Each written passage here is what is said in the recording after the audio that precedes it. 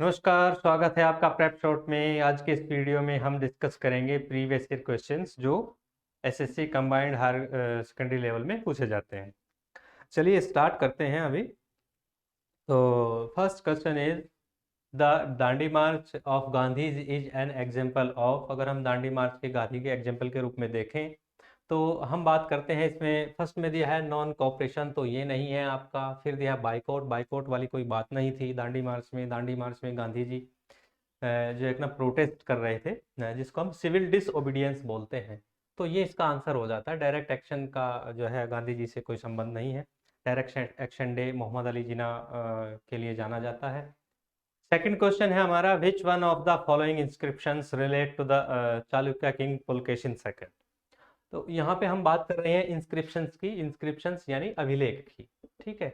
ये पूछ रहा है आपसे कि किस अभिलेख में पुलकेशिन सेकंड, जो कि चालुक्य डायनेस्टी के किंग थे, उनका उल्लेख दिया गया है, ऐसा इन्होंने जानने का प्रयास किया है। देखिए, अगर हम बात करें नासिक इंस्क्रिप्शंस की यानी नासिक अभिलेख की, तो नासिक इंस्क्रिप्शंस में जो नहपान जो शासक हैं उनके जो शासन है उसके बारे में जानकारी दी गई है। तो ये आपका एलिमिनेट हो जाएगा, क्योंकि नासिक इंस्क्रिप्शंस किंग नहपान के बारे में जानकारी देता है। नेक्स्ट चलते हैं। नेक्स्ट आता है आपका हाथी गुम्फा इंस्क्रिप्शंस। तो हाथी गुम्फा इंस्क्रिप्शंस जो है आपका, ये जो है किंग अशोक का जो कलिंग बैटल था उसके बारे में, कलिंग का पूरा विवरण हाथी गुम्फा इंस्क्रिप्शंस में मिलता है। तो ये भी आपका एलिमिनेट हो जाएगा।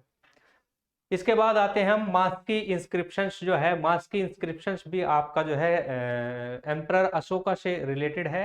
एम्परर अशोका को देवनाम प्रियदर्शी के नाम से जो उद्घोषित किया गया था, वो मास्की इंस्क्रिप्शन से ही हमें पता लगता है कि अशोक का दूसरा नाम देवनाम प्रियदर्शी था। तो ये भी आपका एलिमिनेट हो जाता है, तो इसमें इसको हम हटा देते हैं। बात करें पुलकेशिन सेकंड। पुलकेशिन सेकंड जो चालुक्य डायनेस्टी के पुलकेशिन द्वितीय थे, उनका जो उल्लेख है वो एहोल इंस्क्रिप्शन यानी एहोल अभिलेख में दिया गया है। तो इसका आंसर हो जाएगा डी। चलिए नेक्स्ट चलते हैं। नेक्स्ट है आपका Tulsidas wrote Ramcharitra Manas in the reign of, यानी तुलसीदास ने जब रामचरित्र मानस लिखी थी उस समय किस शासक का शासनकाल था। तो तुलसीदास जो थे वो अकबर के समकालीन थे और इसी टाइम पे उन्होंने रामचरित्र मानस स्क्रिप्चर को संकलित किया था। ये इसका आंसर हो जाएगा, ठीक है। शाहजहां और औरंगजेब और बाबर के टाइम पे तो हुआ ही नहीं था, किसी भी स्क्रिप्चर्स को संकलित नहीं किया गया था। तो इसका आंसर हो जाएगा अकबर। तो तुलसीदास के ने जब रामचरित्र मानस लिखी उस समय सम्राट अकबर का शासन था। ये इसका आंसर। नेक्स्ट चलते हैं, हु इंट्रोड्यूस द मनसबदारी सिस्टम, ठीक है। तो मनसबदारी जो सिस्टम है ये किसने लागू किया था, यानी इसका हमें आंसर बताना है। तो मनसबदारी जो प्रथा है आपकी, मनसबदारी प्रथा पहली बार इंट्रोड्यूस कराई गई थी जो है किंग अकबर के द्वारा। तो इसका आंसर ये हो जाएगा, किंग अकबर के द्वारा मनसबदारी व्यवस्था को चलाया गया था। मनसबदारी व्यवस्था एक हैसियत टाइप होती थी, जो उनके जो है जमींदार होते थे उनको मनसब प्रदान किए जाते थे, कि उसको एक एरिया दे दिया जाता कि भाई इतने का मनसब है। मनसब एक टाइप से जो है ना जागीरदार की हैसियत को शो ऑफ करता था, ठीक है। नेक्स्ट चलते हैं, which one of the following wars of the French in India. तो अगर हम फ्रेंच की बात करें तो निम्न में से कौन सा जो युद्ध है वो फ्रांसीसियों द्वारा भारत में लड़ा गया था। तो सीधा इसका आंसर है तो बैटल ऑफ वांडीवास। ये फ्रेंच के साथ लड़ा गया था, फ्रांसीसियों ने लड़ा था वांडीवास का युद्ध। अगर हम बात करें एलिमिनेशन मेथड की भी बात करें, हमको पता है कि ये फर्स्ट कर्नाटिक वार तो है ही नहीं सकता।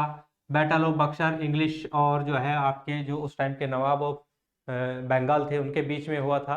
और इसी तरह बैटल ऑफ प्लासी, ये भी आपका नवाब ऑफ बंगाल के बीच लड़ा गया था। तो इसलिए एलिमिनेशन मेथड से भी इस क्वेश्चन को हम हैंडल कर सकते हैं, और इसका आंसर है आपका बैटल ऑफ वांडीवास। नेक्स्ट चलते हैं, which one of the following cities and the personalities associated with their establishment is wrongly matched. आपको आंसर देना है कि इनमें से कौन सा रोंगली मैच्ड है। एक तरफ आपको ये सिटी दी हुई है और दूसरी तरफ क्या है कि उनके एस्टेब्लिशर्स के नेम दिए हुए हैं, ठीक है। तो इसमें हम बात करें तो इसमें पहला ही आपका रोंगली मैच्ड है, जिसको हम कैलकटा के जो एस्टेब्लिशर्स थे वो रॉबर्ट क्लाइव नहीं थे, वो थे जॉब चरनोक के नाम से। तो ये ही आपका रोंगली मैच्ड है, ये आपको ध्यान रखना है। और अगर हम बात करें एलिमिनेशन मेथड से भी का बात कर सकते हैं, पांडिचेरी के फ्रांसिस मार्टिन थे। इसी तरह अहमदाबाद जो नगर है उसका एस्टेब्लिश किया गया था अहमद शाह फर्स्ट द्वारा। तो ये भी बातें, ये भी बिल्कुल राइट है, ये भी करेक्टली राइट है। और अगर हम मद्रास की बात करें तो मद्रास को एस्टेब्लिश किया था फ्रांसिस डे के द्वारा, तो ये भी करेक्ट है। तो इसका आंसर हो जाएगा ए। कलकत्ता जो है वो जॉब चरनोक द्वारा एस्टेब्लिश किया गया था, इसलिए इसका आंसर क्या हो जाएगा ए। नेक्स्ट है when did the reign of the Delhi सल्तनत केम टू एन एंड, यानी दिल्ली सल्तनत का अंत किस वर्ष में हुआ था, तो वो हमें बताना है। तो हमें पहुंचना है वहीं पे the first battle of Panipat पे। The first battle of Panipat जो इब्राहिम लोदी और बाबर के बीच फाइट हुई थी, ठीक है, तो वो डेट थी हमारी 1526 एडी, यानी 1526 में, ये इसका आंसर है। और 1526 ही वो वर्ष है जिस वर्ष से यहाँ पे मुगल डायनेस्टी की स्थापना होती है। तो ये थे आपके एसएससी CHSL के 2013 में पूछे गए हिस्ट्री के सभी क्वेश्चन, ठीक है, ये आपको ध्यान रखना है। तो आज के लिए इतना ही, धन्यवाद।